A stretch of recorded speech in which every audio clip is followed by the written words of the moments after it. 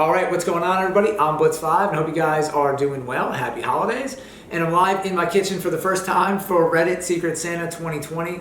I've been participating in the Reddit Secret Santa for the past 5 or 6 years, since 2014. I think I might have skipped a year. But I try to do a video every year to post on YouTube to not only thank my Santa person, but to also kind of spread the Reddit Secret Santa hype.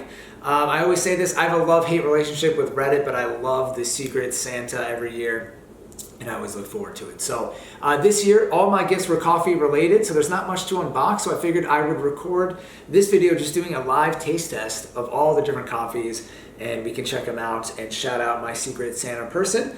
I have their note here. They actually wrote me a really long note. They're from Washington.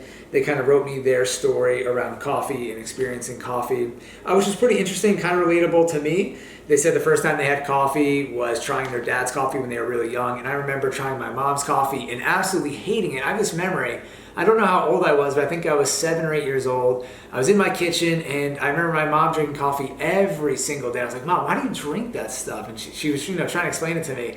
And I remember trying to take a sip of it. It was just so bitter at the time, and I absolutely hated it. I just could not understand why my mom drank coffee. And then fast forward all these years later, and I'm a coffee addict, and I drink coffee every single day, and I absolutely love it. So I'm not going to read you the whole story for her privacy, and she sent me a little card here. It just said, Happy Holidays, Merry Christmas, so it's very nice, and I will spread that to you guys. So we'll put the note off to the side, and we have our 3 coffees here, and these are all from, I think, a local area in Washington State, that is.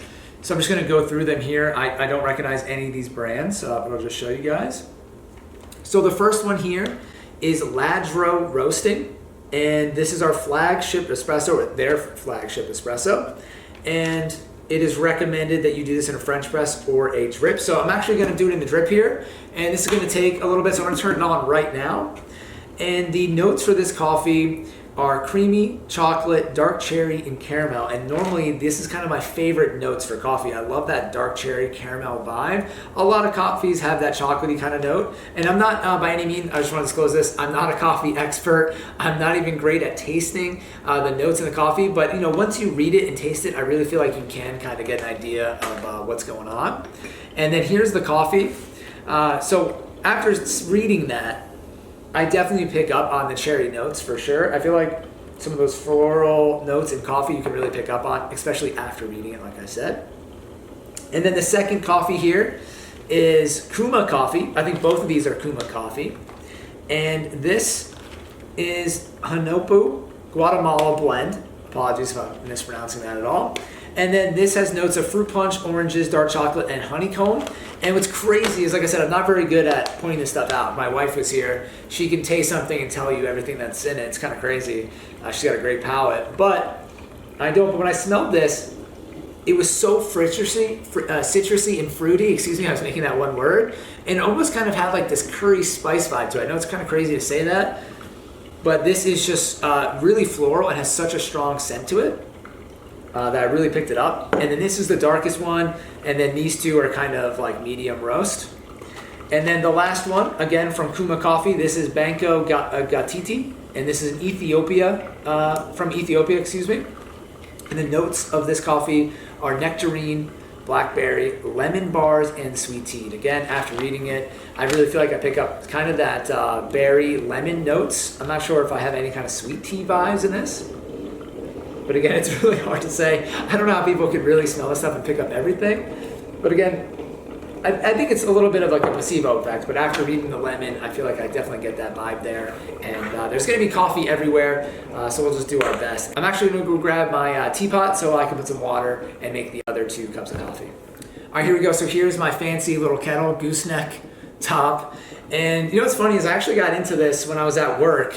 I got really into coffee. I was working a corporate job out of college, and I heard about this Aeropress that was mentioned back in the day on some podcasts and on YouTube, and I brought this to work, and I got so obsessed with making coffee in an Aeropress that I bought 2 of them. So I had one for home and one for work. And again, I don't claim to be an expert. I didn't even go hardcore measuring this stuff. This is just for a casual taste test.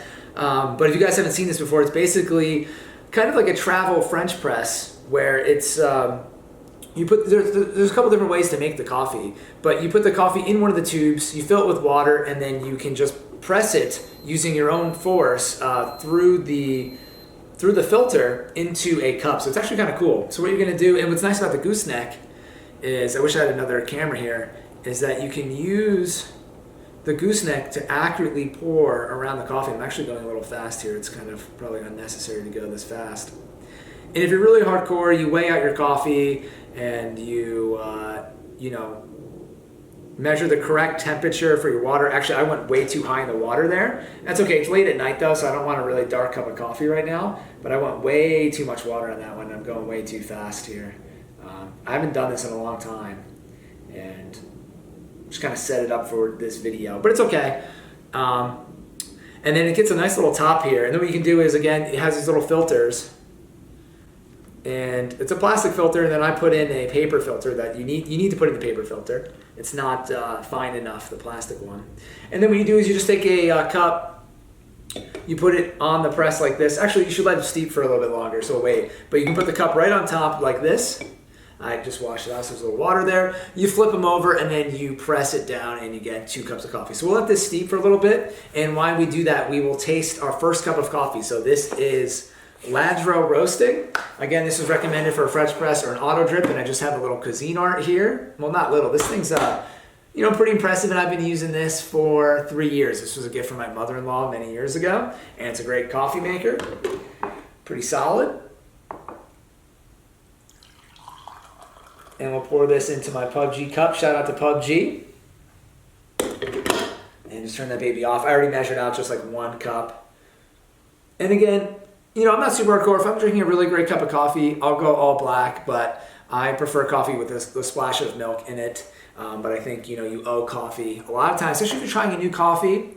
You don't owe anybody anything, but, when in Rome, it is nice to try the coffee without any milk in it or any sugar and then go from there. But sometimes when it's the weekend or if I'm out at Starbucks, Dunkin' Donuts, I'll get kind of a crazy drink or get some caramel or pumpkin flavoring or maybe some sugar. But most of the time I'm just doing black with a little bit of milk.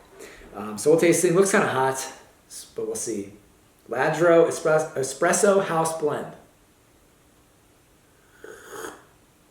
Definitely got to get a little slurp action. Definitely tastes like that dark cherry vibe. A lot of coffees, a lot of espresso has this kind of caramel, dark cherry, chocolate vibe. That's good. I really enjoyed that coffee. I mean, this is coffee that I would have all the time. What's funny is that dark roasted coffee actually has less caffeine than light roasted coffee. Sometimes you think it'd be the other way around. Because people say, I like dark coffee. I want it to be strong, super dark. But the darker the coffee, the less caffeine is in. It's kind of funny how it's backwards like that. But it makes sense because you're roasting the caffeine out of it. You're like overcooking it, kind of in a way. And again, it's been a while since I've done a lot of research on coffee. So I have to take this all with a grain of salt. But yeah, I'm definitely going to crush that cup right there. And then let's try one of these Aeropress things out. It's been a long time since I did this, so hopefully I don't spill everywhere. So we're going to flip this over. Boom, flip complete. And then we're just going to press through. And this is something I did at my desk all the time or at the kitchen of my old office. And I think people, it's one of those things where people probably thought I was a weirdo or being a hipster. And definitely was a conversation starter, but not really a hipster. I just like a good cup of coffee, man. And I want a cup or 2 in the morning, and then I want a cup around that 2:30 feeling. And, I worked in New York, and if you went to Starbucks for that extra cup of coffee, I mean, a cup of coffee, just a regular cup of coffee can cost a couple of bucks in New York City, and I just wasn't about that life. And again, normally I wouldn't put coffee into a glass cup. I mean, some people drink coffee in a glass cup. I've seen it. I've seen people drink coffee out of plastic cups. I like a good old-fashioned mug. And then the right one I did is going to be the Guatemala blend, and then the left one here is going to be the Ethiopia blend.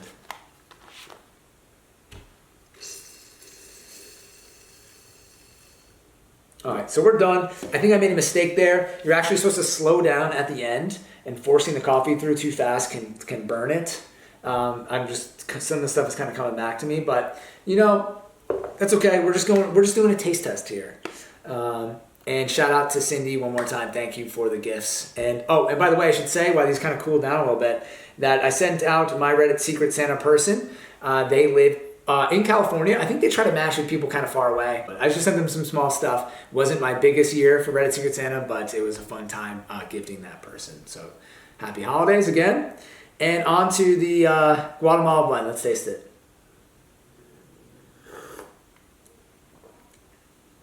Okay, so again, I can taste that this one's definitely made through the Aeropress. Just has a way different flavor than drip.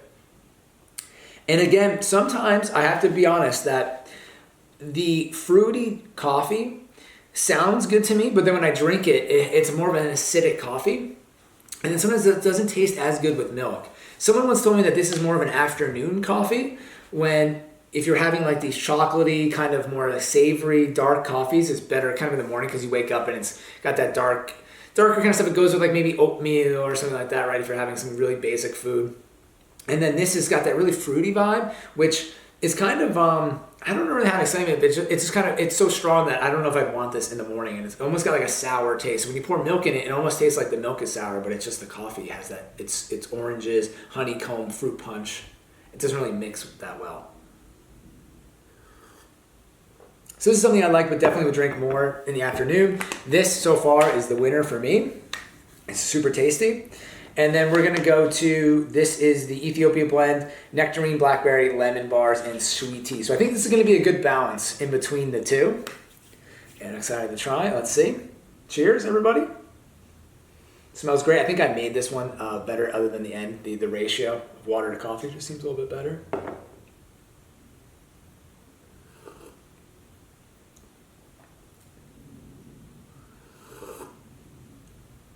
Yeah, this coffee is extremely tasty. It perfect just in between kind of the dark roast and also some of the fruit notes, but not too sour. This one almost has a sour taste to it. Could be the way I brewed it, but I think again it's just the notes of that coffee. And this one to me is just like right in the middle. So this one's really good. It's going to be hard to decide which one I like more between this one and this one. But thankfully we have both to try. You know, this is absolutely perfect because I was actually getting a little tired today and having this coffee will help me get some work done and start the editing process of this video. Oh man. Ooh, hard to say. This is really tough. I don't know. I almost want to go this one because it has more flavor. So I don't know. It's tough. I think right now this one wins. This one is kind of hard to put down, but we'll try this one more time.